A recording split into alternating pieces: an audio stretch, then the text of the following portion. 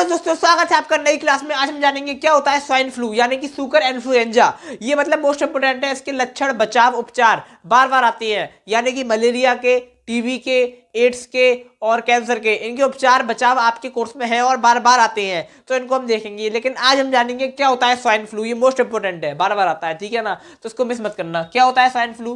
तो इसको सुकर इन्फ्लुएंजा कहते हैं। आम भाषा में बोला जाए तो किसी को पुराने जमाने में खांसी हो जाती थी या सर्दी हो जाती थी तो कहते थे लगता है तुम्हें स्वाइन फ्लू हो गया है। क्या हो गया है? तुम्हें स्वाइन फ्लू हो गया है, वो वाली बात है। तो फिर यह श्वसन तंत्र से संबंधित रोग है।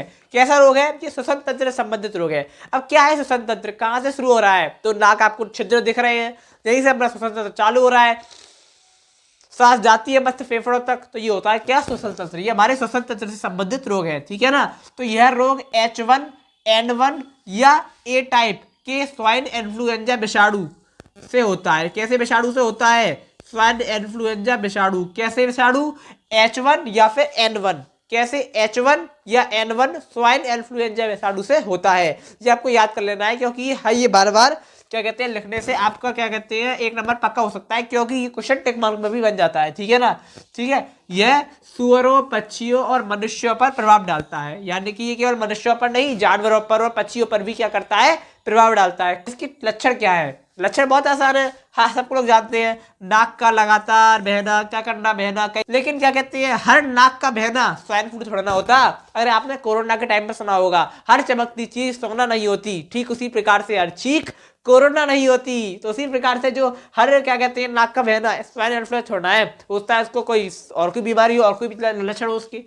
अगली चीज है छींक का आना। क्या कहना? छींक आना, नाक बंद हो जाना, गले में खराश, बुखार आना, खांसी आना, ठंड लगना। अब ये बहुत सारे लक्षण बहुत सारी बीमारियों के भी हो सकते हैं, तो जरूरी नहीं है कि ये स्वाइन फ्लू के ही हो। अब कई लोगों के क्या कहते हैं छोटी मोटी गांठें बन जाती है शरीर पे, तो लगता है अरे भैया कैंसर हो गया। नहीं, लोगों में ज्यादा फैट सवार होता है, चर्बी सवार होती है, तो वहां पर गांठें बन जाती है, थोड़ा एक्सरसाइज वगैरह वार्म करके सही हो जाती है। तो ये चीजें होती है, मतलब आदमी के पास सही जानकारी नहीं होती और उसके चक्कर में वो भटकता रहता है और परेशान होता रहता है।